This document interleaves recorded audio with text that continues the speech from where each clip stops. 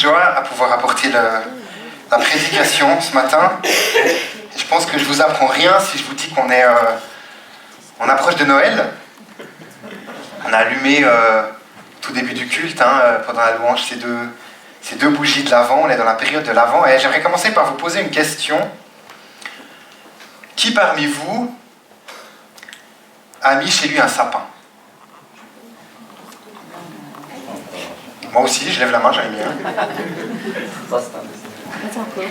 Plusieurs en ont mis un. Ok. Et même si vous n'en avez pas mis un, je suis sûr que vous avez une bonne idée de ce que c'est un sapin. Vous en avez même une petite illustration à l'écran. Et d'après vous, quelle est la partie la plus importante d'un sapin de Noël? Est-ce que c'est sa forme, les guirlandes, les lumières, l'étoile ou la pointe qu'on met tout en haut? Ouais. T'as une idée? Moi, j'ai déjà décoré mon arbre. T'as déjà décoré ton sapin? Je sais qu'il y en a plein, j'ai vu sur Facebook des images de sapins décorés, les gens d'ici, c'est génial. Qu'est-ce que vous diriez? Quelle est la partie la plus importante pour vous du sapin?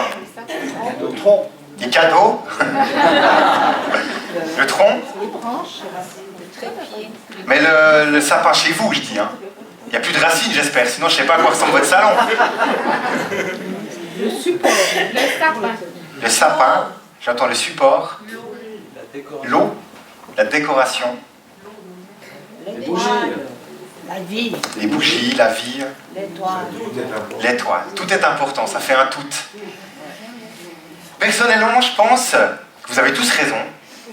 Mais il y a une partie qui est essentielle, elle est venue. Et je l'ai prise avec moi.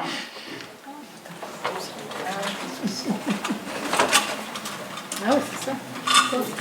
Pour moi, ça, c'est la partie essentielle du sapin. Alors, je vous laisse imaginer à quoi ressemble le sapin maintenant chez nous, puisque j'ai pris ça. Sans cette pièce-là, peu importe le nombre de bougies, le nombre de guirlandes, la belle étoile qui est tout en haut, peu importe la forme, la taille, si vous n'avez pas le trépied, ou peu importe comment vous l'appelez, le support, votre sapin, qu'est-ce qu'il va faire? Il va brancher. Pouf! À moins qu'il soit dans votre jardin, puis que ça soit un vrai sapin, évidemment, mais je parle à l'intérieur. Et je crois vraiment que c'est la pièce essentielle. La pièce la plus importante du sapin de Noël. Et des fois même, quand on trouve les boules, quand on ressort tous les cartons de Noël, on trouve les guirlandes, et des fois, je sais pas vous, mais en fait, il est où le trépied? On a tout, puis ça, on le trouve pas, puis on peut pas commencer à décorer le sapin parce qu'on n'a pas cette pièce-là.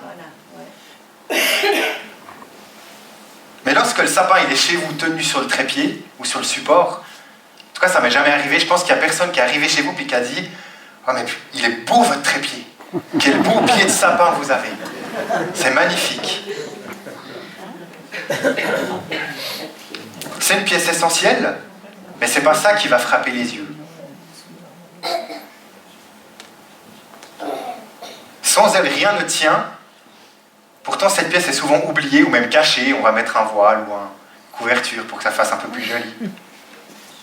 Et très souvent, on oublie cette pièce-là. Et je crois que c'est un petit peu la même chose avec Noël. On se fait prendre par ce qui est secondaire. Et on oublie ce qui est important, ce qui est essentiel. À différents niveaux, et on le voit dans le monde qui nous entoure, dans la société, on se fait prendre par tout ce que Noël représente. Aujourd'hui, la fête, les repas de famille, les achats, les cadeaux, les lumières, les marchés de Noël, etc. Des choses qui ne sont pas mauvaises, Et on oublie le principal. Dieu qui vient à notre rencontre en la personne de Jésus-Christ. Et dans le monde, on en vient même à faire des crèches sans Jésus. Alors, en tant que chrétien, je ne pense pas qu'on en est là. Du moins, j'espère pas. Je pense qu'on garde tout de même ce sens profond de ce qu'est Noël. Mais des fois, je réalise qu'on passe aussi en quelque sorte à côté de l'essentiel, où on néglige. On se focalise sur ce qui frappe les yeux, les lumières, l'étoile en haut du sapin. Et on oublie l'essentiel, le pied du sapin, ce qui est le socle, sans quoi rien ne tient.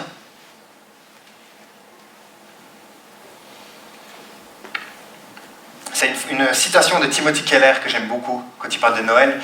Si Noël est juste une jolie légende, dans un sens, vous êtes seul responsable de vous-même.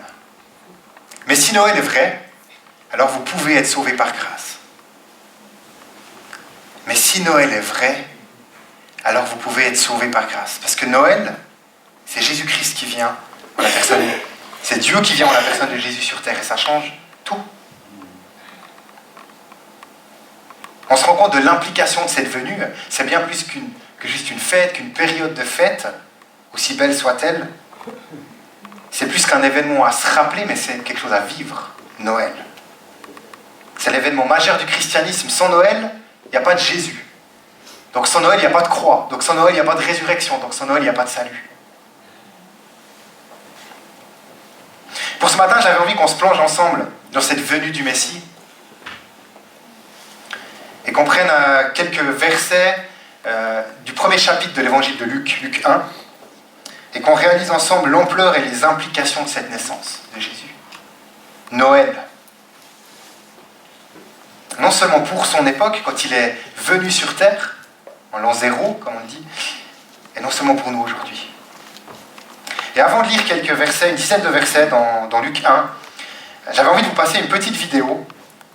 Une vidéo qui brosse les 2 premiers chapitres de Luc. Et ça vient de sortir en français, c'est sorti il y a 1 semaine en français, cette vidéo-là. Alors je ne vais pas me priver de vous la faire découvrir. Ça dure 4 minutes, il y aura besoin du son si jamais au niveau technique. Puis ensuite je reviendrai sur quelques versets de Luc 1. Ok ?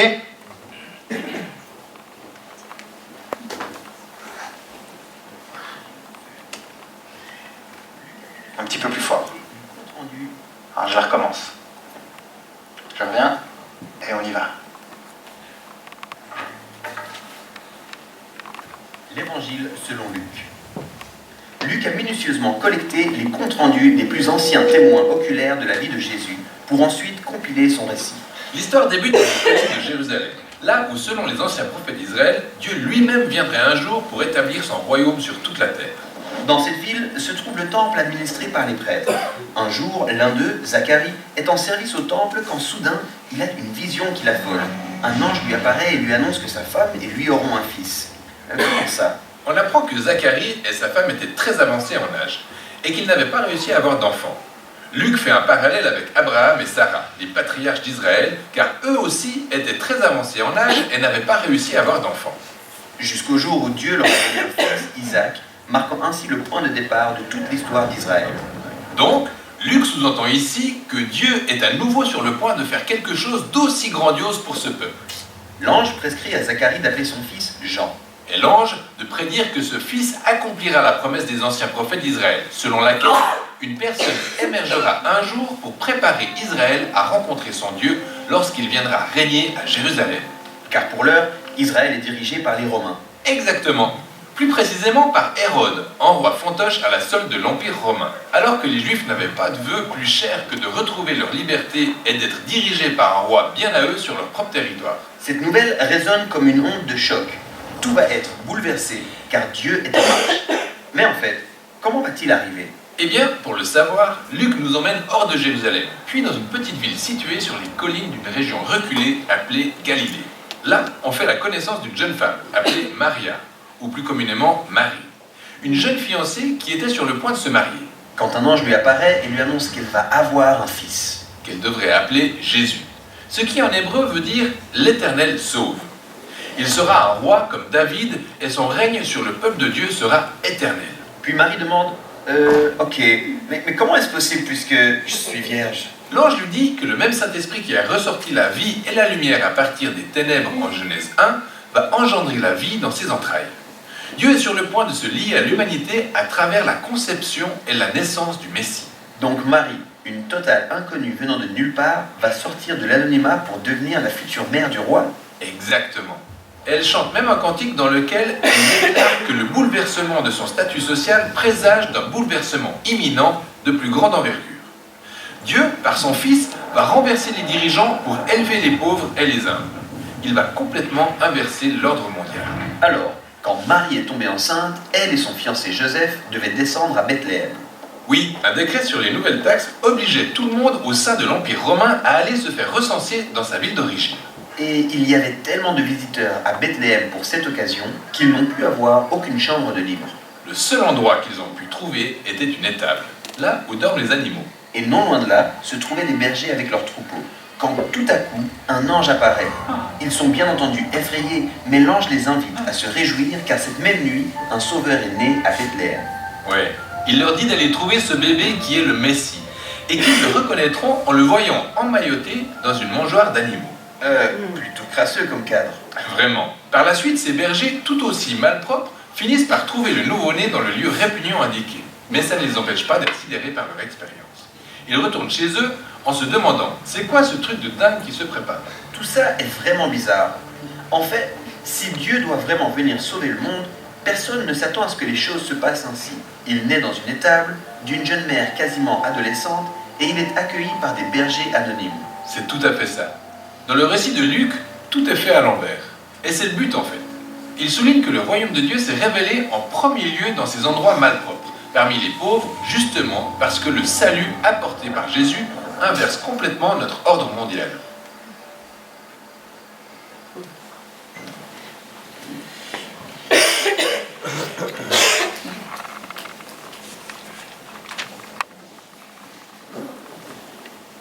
Voilà. Ça résume bien un petit peu Luc 1, 2 en quelques minutes. Je ne sais pas si vous connaissez, j'ai mis une petite capture d'écran, ça s'appelle le projet biblique en français, Bible Project. Il y a des dizaines et des dizaines de vidéos sur plein de thèmes, quelques-unes en français, c'est en train d'être traduit. C'est sur YouTube, c'est gratuit. Alors n'hésitez pas à utiliser ça avec, pour vous, pour vos enfants, pour vos petits-enfants, etc. C'est vraiment quelque chose de qualité.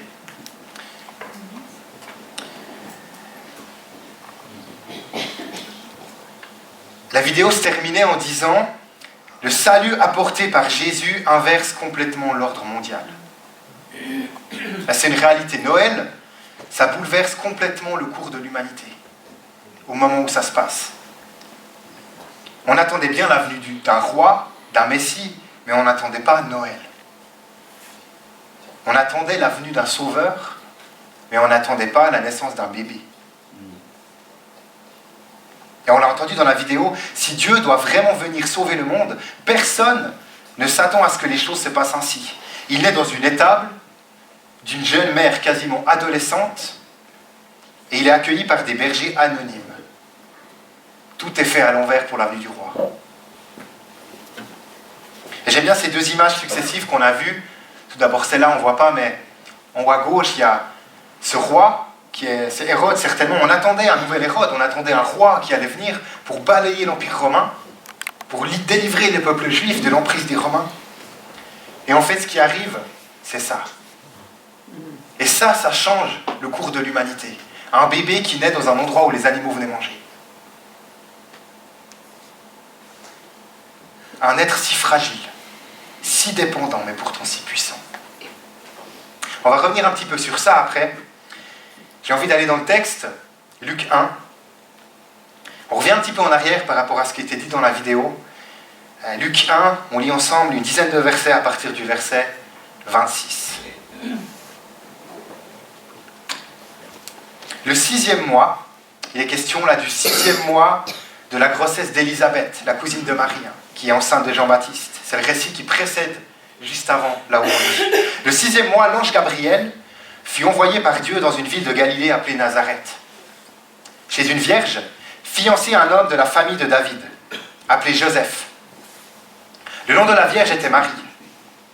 L'ange entra chez elle et dit « Je te salue, toi à qui une grâce a été faite. Le Seigneur est avec toi. Tu es bénie parmi les femmes. » Troublée par cette parole, Marie se demandait ce que pouvait signifier une telle salutation. Et l'ange lui dit « N'aie pas peur, Marie, car tu as trouvé grâce auprès de Dieu. Voici que tu seras enceinte, tu mettras au monde un fils et tu lui donneras le nom de Jésus. Il sera grand et sera appelé fils du Très-Haut. Et Seigneur Dieu lui donnera le trône de David, son ancêtre. Et il régnera sur la famille de Jacob éternellement. Son règne n'aura pas de fin. » Marie dit à l'ange, « Mais comment cela se fera-t-il puisque je n'ai pas de relation avec un homme ?» L'ange lui répondit, « Le Saint-Esprit viendra sur toi, et la puissance du Très-Haut te couvrira de son ombre. C'est pourquoi le Saint-Enfant qui naîtra sera appelé Fils de Dieu. Voici qu'Élisabeth, ta parente, est elle aussi devenue enceinte d'un fils dans sa vieillesse. Celle que l'on appelait la stérile est dans son 6e mois. En effet, rien n'est impossible à Dieu. » Marie dit, « Je suis la servante du Seigneur, que ta parole s'accomplisse pour moi. » Et l'ange la quitta. C'est un passage assez connu. qu'on appelle traditionnellement l'Annonciation, puisque c'est dans ces versets que l'ange Gabriel annonce à Marie qu'elle sera enceinte de Jésus. Et c'est un récit important, je crois. Je crois que c'est un des pieds de sapin, un des supports pour que le sapin tienne debout. Un texte essentiel sans lequel beaucoup de choses ne tiennent pas. Et j'avais envie de m'arrêter sur plusieurs éléments dans ce texte ce matin. Premièrement et rapidement sur une chose qu'on lit souvent sans s'arrêter, mais qui pourtant change pas mal de choses. C'est ce premier verset. Le 6e mois, l'ange Gabriel fut envoyé par Dieu dans une ville de Galilée appelée Nazareth. Envoyé par Dieu. Et j'aime bien dire que ça, c'est un des points sans lequel il n'y aurait pas Noël. À propos de l'incarnation, un des points fondamentaux à propos de l'incarnation, le fait que Jésus devienne homme, devienne chair, c'est Dieu qui prend l'initiative. On pourrait s'arrêter là, on en a assez. C'est Dieu qui prend l'initiative. Et comme dans le jardin d'Éden, quand l'homme il a péché, c'est Dieu qui le poursuit en disant mais Adam, où es-tu? C'est Dieu qui vient rechercher Adam. C'est Dieu qui envoie son fils. C'est toujours Dieu qui prend l'initiative. Et Noël n'a aucune signification sans Dieu, puisque Dieu est l'initiateur. On donne plein de significations à Noël aujourd'hui. Signification commerciale, familiale, relationnelle. Mais sans Dieu, Noël n'a aucune signification. Parce que ça commence avec Dieu. Noël commence avec Dieu. Et ensuite, je crois qu'il y a encore 2 autres pieds de sapin, 2 autres supports à sapin dans ce texte. 2 autres éléments essentiels auxquels Luc vient répondre. Ce texte, il parle de l'annonce à Marie de la naissance de Jésus, et au travers des questions de Marie à l'ange Gabriel, au travers de ces dialogues, l'ange répond au comment et au qui de Noël. Au comment de l'incarnation de Jésus et au qui de l'incarnation. Et je crois que les réponses à ces questions ont un impact sur notre manière de comprendre ça aujourd'hui, pour nous. On va commencer par le comment de Noël. Les versets 26 et 27, on l'a lu. Gabriel, envoyé par Dieu dans une ville de Galilée, Nazareth, chez une vierge, fiancée à un homme de la famille de David appelé Joseph. Le nom de la vierge était Marie. Et un petit peu plus loin, Marie dit à l'ange, mais comment cela se fera-t-il? Comment cela se fera-t-il? Puisque je suis vierge, je n'ai pas eu de relation avec un homme. L'ange lui répondit, le Saint-Esprit viendra sur toi. La puissance du Très-Haut te couvrira de son ombre, et c'est pourquoi le Saint-Enfant qui naîtra sera appelé Fils de Dieu. Comment le Saint-Esprit viendra sur toi? Dieu envoie son esprit chez Marie pour concevoir l'enfant Jésus. Dieu prend encore l'initiative.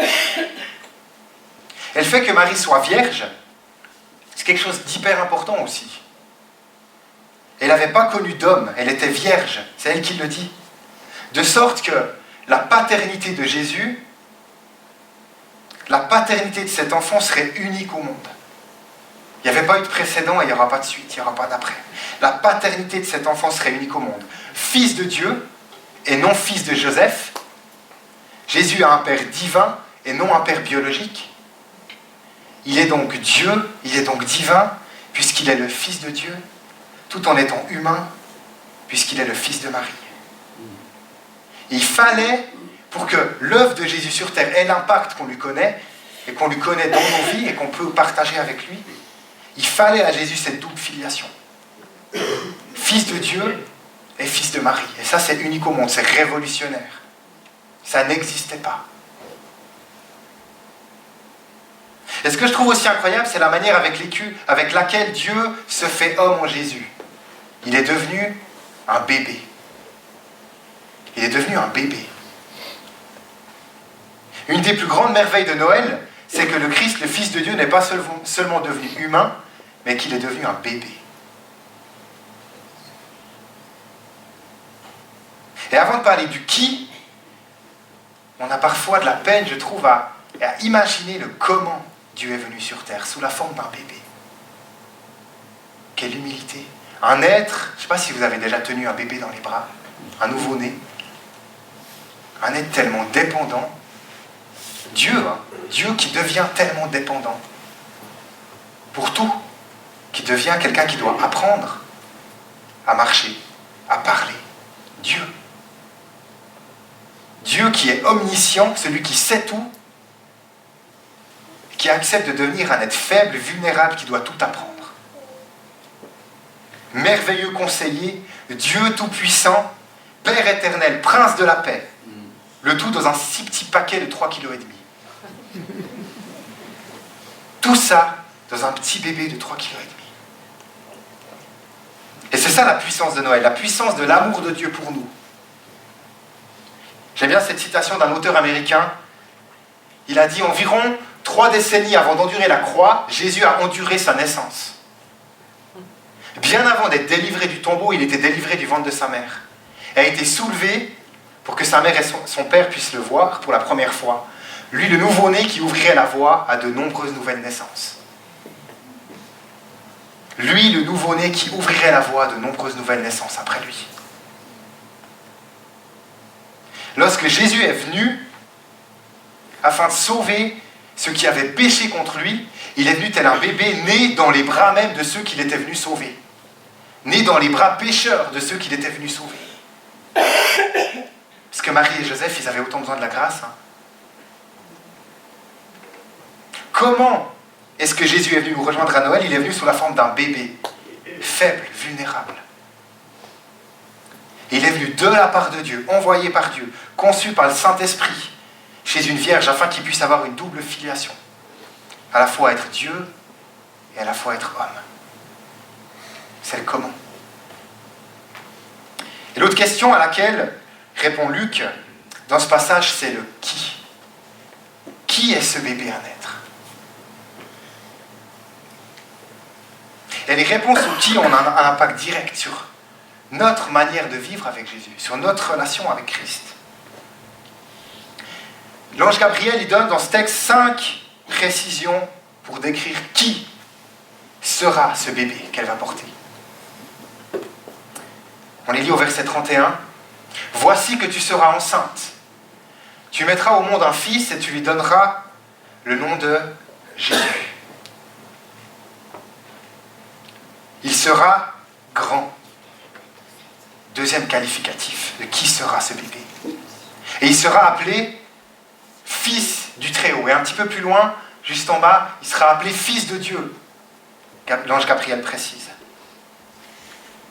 Et le Seigneur Dieu lui donnera le trône de David, son ancêtre.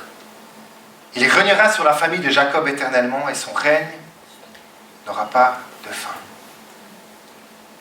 Ça fait beaucoup pour un bébé, non?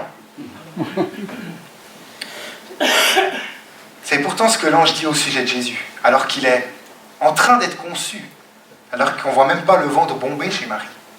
Voilà qui sera dans ton ventre, Marie. Et tout ça en même temps, cet enfant que tu vas porter. On va regarder rapidement ce que ça implique, ces 5 qualificatifs. Premièrement, son nom sera Jésus. Et Marie, elle n'a pas le droit de nommer son bébé. Elle n'a pas le droit de nommer son enfant. Et ça aussi, c'est très particulier pour l'époque. Normalement, chaque parent avait le droit de nommer son bébé, son enfant, et c'était un signe d'autorité sur l'enfant, le fait de le nommer. Tu seras tel et tel. Et souvent, le prénom qu'on donnait à l'enfant avait une signification profonde. En donnant un nom à leur enfant, en quelque sorte, les parents disaient un peu qui allait être cet enfant. On décrivait qui il était. Mais là, Marie et Joseph n'ont pas le droit de nommer leur enfant. Et l'une des raisons, c'est parce que Jésus est le seul bébé à être né qui, quand il est né, était déjà bien plus vieux que ses parents. Puisqu'il n'a ni commencement ni fin. C'est pas à eux de dire qui il est, puisqu'il était déjà bien plus vieux qu'eux. Il existait déjà avant. Et c'est aussi une manière de dire à Marie et à Joseph qu'ils n'auront pas autorité sur celui qui allait venir. Du moins pas l'autorité complète. Peut-être l'autorité de parents dans l'éducation, mais pas l'autorité, ils ne seront pas maîtres de Jésus. Ce n'est pas à Marie et à Joseph de dire qui est Jésus, mais c'est Jésus qui dira à ses parents qui ils sont. C'est lui qui aura la pleine autorité sur eux, et c'est lui qui leur donnera son nom. C'est Jésus qui leur donnera son nom, au travers de l'adoption en Christ. C'est ce que signifie Jésus, Yeshua, l'Éternel sauve. Ensuite, l'ange dit, il sera grand. Je ne sais pas comment Marie a pris cette nouvelle. En général, les mamans redoutent un peu d'avoir un bébé de 4 kilos. Il sera grand. En général, un bébé fait en moyenne 50 cm à la naissance. Qu'est-ce que ça veut dire? Marie a dû se demander, il sera grand. Bon. Il sera grand. Mais sa grandeur n'aura pas de fin. Et quelques années de sa vie sur Terre nous montreront que sa grandeur n'aura pas de fin. Une grandeur à contre-courant, une grandeur inattendue. Une grandeur qui vient laver les pieds de ses disciples. Une grandeur qui se met au service de ceux qu'il est venu sauver. Une grandeur qui accepte d'endurer la croix. Oui, il sera grand. Une grandeur inattendue.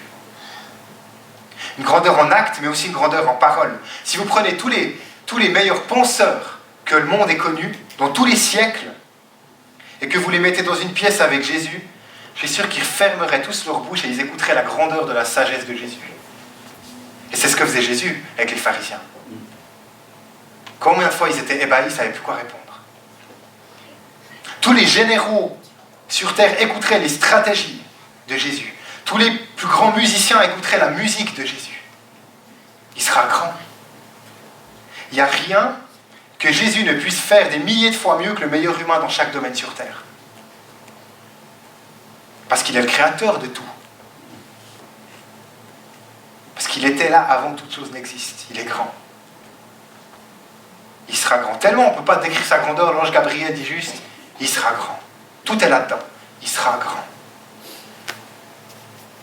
Est-ce qu'on réalise cela quand on pense à ce bébé dans la crèche? Tu disais, Myriam, dans ton intro à la louange, on fête chaque année ce petit bébé dans la crèche. Mais est-ce qu'on réalise que ce bébé, il est grand? Il est digne d'adoration, digne de louange, digne de toute notre consécration. Ensuite, il est dit, il sera appelé le Fils du Très-Haut. Fils de Dieu, un petit peu plus loin. Et là, on rejoint le comment qu'on a vu tout à l'heure. Les questions de la filiation de Jésus. C'est intéressant puisque quelques versets après ce texte, il est dit à propos de Jean-Baptiste que Jean-Baptiste sera appelé le prophète du Très-Haut. Et là, Jésus est appelé le Fils du Très-Haut, le Fils de Dieu. Et on marque une différence claire entre celui qui sera le prophète, le serviteur, le porte-parole, Jean-Baptiste, et celui qui est le Fils de Dieu. C'est un autre statut. Il possède une filiation unique. Et ensuite, le Seigneur lui donnera le trône de David. Et là, on le sentait venir. Celui qui est grand, le plus grand de tous, celui qui est le Fils du Très-Haut, est forcément un roi. L'ange est en train de dire à Marie que celui qu'elle va mettre au monde, celui qu'elle va porter, c'est un roi. Il siégera sur le trône de David. Et c'est un accomplissement d'Ésaïe 11, une prophétie d'Ésaïe. Un descendant du roi David sera assis sur le trône. Et la question pour nous aujourd'hui, c'est pas est-ce que Jésus était un roi ou non. Il l'était, c'est sûr. Mais la question pour nous aujourd'hui, c'est plutôt qu'est-ce que la royauté de Jésus change dans ma vie? Quel genre de roi est-ce que Jésus est pour moi? Quel genre de roi est-ce que Jésus est pour moi? Parce que l'ange termine en disant que sa royauté, son règne, n'aura pas de fin. Ça veut dire que sa royauté est toujours valable pour nous aujourd'hui. Le 8 décembre 2019, Jésus est toujours le roi assis sur le trône de David. Aujourd'hui, maintenant, à cet instant. Est-ce que vous croyez ça? Oui. Sa royauté n'aura pas de fin. Si l'ange Gabriel a dit la vérité à Marie, et je crois, Jésus gouverne le monde maintenant. De la même manière que Uli Maurer gouverne la Suisse, que Donald Trump gouverne les États-Unis, Jésus gouverne le monde maintenant, à cet instant.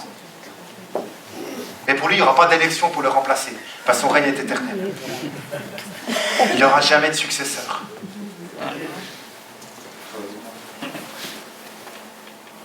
Ce bébé qu'on voit dans la crèche, il gouverne le monde.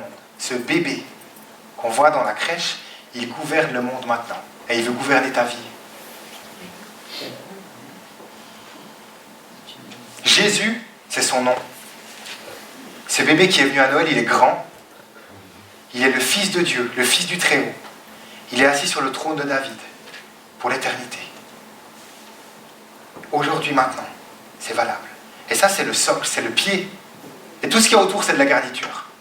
Le bœuf, l'ange, l'âne gris, les bergers. C'est des choses importantes, mais Jésus, qui il est, comment il est venu, ça change notre manière de vivre avec lui.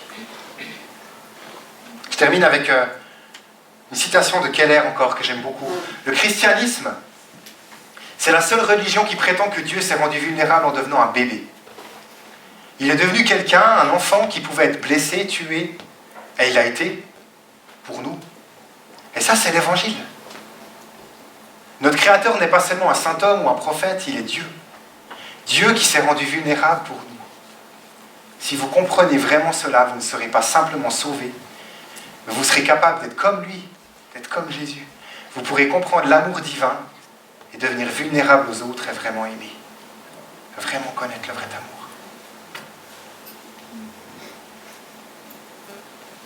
Noël, ça nous implique, je l'ai dit en intro, c'est pas seulement un événement à se rappeler et à fêter, mais c'est un événement à vivre chaque jour. Ça nous engage. Quel exemple d'humilité pour nous, Noël.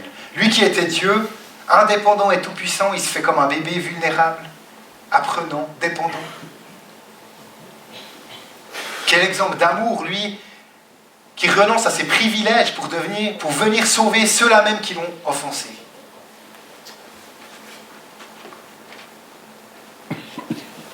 Jésus a déployé un effort considérable pour que Noël ait lieu, pour s'approcher de nous, pour qu'on puisse vivre une relation éternelle avec lui. Et quels efforts est-ce qu'on est prêt à déployer pour vivre cette relation avec lui? Quels efforts est-ce qu'on est prêt à déployer pour vivre cette relation avec lui, pour lui donner sa place de roi dans nos vies?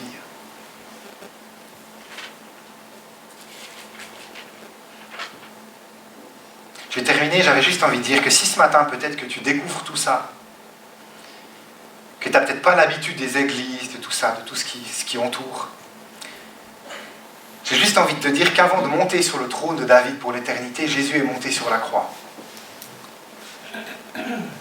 En tant que roi serviteur, en tant que roi sacrifié. Et il l'a fait pour nous tous et il l'a fait aussi pour toi. Et la Bible nous dit avec assurance que si on place notre foi en Jésus, on peut vivre cette relation avec lui. Et je t'encourage, si tu découvres ça, je t'encourage ce matin à le faire. Simplement en priant, place ta foi en Jésus. La Bible dit que celui qui place sa foi en Jésus sera sauvé et pourra vivre cette relation avec ce roi éternel. Je t'encourage, si c'est ton cas, à prier. Il y a des gens qui sont disponibles aussi après le culte pour prier avec toi. Je vous invite à prier. Je termine par la prière. Jésus, merci pour Noël. Jésus, merci pour l'effort considérable que tu as fait pour restaurer notre relation avec ton Père. Merci d'avoir enduré la croix et merci d'avoir enduré ta naissance. Merci de t'être fait homme. Merci d'être devenu si faible pour qu'on puisse s'identifier à toi. Et merci d'être venu en tant que Dieu pour que ton salut, pour que ton sacrifice ait un impact pour chacun d'entre nous.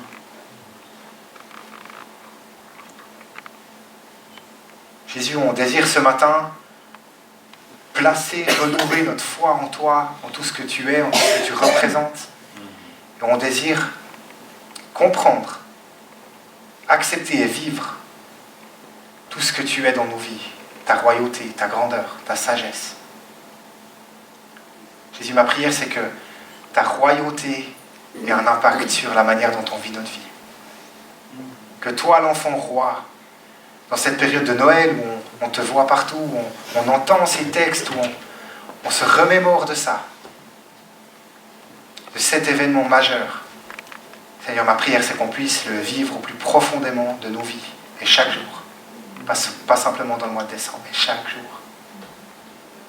Viens, Saint-Esprit, illuminer les yeux de nos cœurs, qu'on te voit tel que tu es, qu'on te comprenne et qu'on te vive tel que tu es. Et si des personnes sont là ce matin et qu'elles ne te connaissent pas, et qu'elles n'ont pas donné la place de roi à Jésus dans leur vie, je te prie, Jésus, qu'elles puissent le faire ce matin. Viens illuminer les yeux de leur cœur, qu'elles te voient tel que tu es, Jésus. Qu'elles voient ta grandeur et ta beauté, à quel point tu es merveilleux. Amen.